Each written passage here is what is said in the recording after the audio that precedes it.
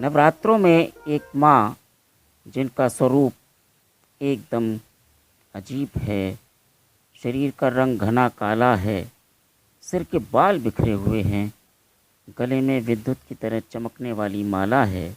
इनके 3 नेत्र हैं। ये तीनों नेत्र ब्रह्मांड के सदृश गोल हैं। इनसे विद्युत के समान चमकने वाली किरणें निकलती रहती हैं। इनकी नासिका के श्वास प्रश्वास से अग्नि की भयंकर ज्वालाएं निकलती हैं। इनका वाहन गंधर्व अर्थात गधा है। इन माता को हम 7वें नवरात्र के दिन पूजते हैं। इनका नाम है काल रात्रि। ऊपर उठे हुए दाहिने हाथ की वर मुद्रा से सभी को वरदान प्रदान करती हैं। दाहिनी तरफ का नीचे वाला हाथ अभय मुद्रा में है। बाईं तरफ के ऊपर वाले हाथ में लोहे का कंटक है तथा नीचे वाले हाथ में खड्ग है। माँ कालरात्रि का स्वरूप देखने में अत्यंत भयानक लगता है, लेकिन ये सदैव शुभ फल देने वाली हैं। इसी कारण इनका नाम शुकंभरी भी है। अतः इनसे भक्तों को किसी प्रकार के भय अथवा आतंकित होने की आवश्यकता नहीं है। नवरात्र के 7वें दिन माँ कालरात्रि की पूजा और आराधना से साधक का मन सहस्त्र चक्र में स्थिर रहता है। उनके ब्रह्मांड में समस्त सिद्धियों का द्वार खुलने लगता है। इनकी आराधना से ब्रह्मांड की समस्त सिद्धियों का द्वार खुलने लगता है। इस चक्र में स्थिर होकर साधक का मन पूर्णतः माँ कालरात्रि के स्वरूप में अवस्थित रहता है।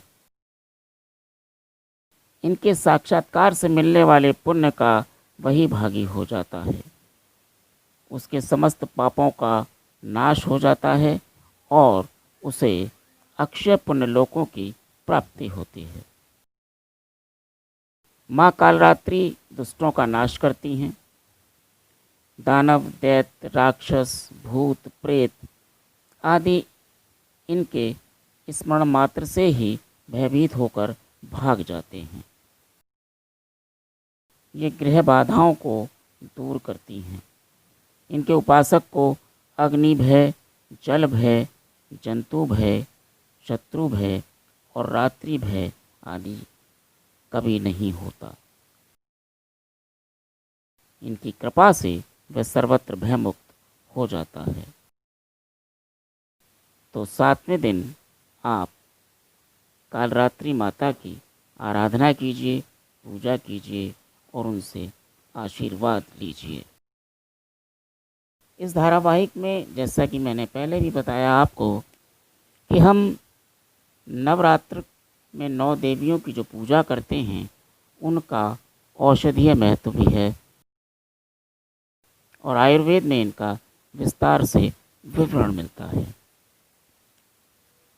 कालरात्रि को आयुर्वेद में महायोगेश्वरी कहते हैं। यह नागदौन है, सब प्रकार के विषयों की नाशक, सब प्रकार के रोगों की नाशक, सर्वत्र विजय दिलाने वाली, मन और मस्तिष्क के समस्त विकारों को दूर करने वाली यह महाऔषधि है। इसके पौधे को घर में लगाने मात्र से ही घर के सारे कष्ट दूर हो जाते हैं। यह सभी प्रकार के विष यानी जहर का विनाश करती है, नाश करती है। तो 7वें दिन आप भक्ति में लीन रहिए, नवरात्रों का आनंद लीजिए, भक्ति, आराधना और शक्ति में लीन रहिए।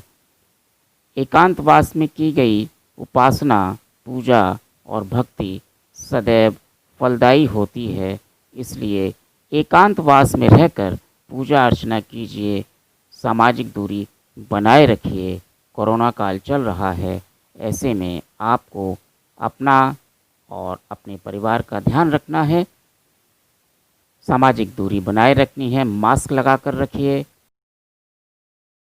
स्वादिष्ट भोजन कीजिए, स्वस्थ रहिए, मस्त रहिए और भक्ति में लीन रहिए।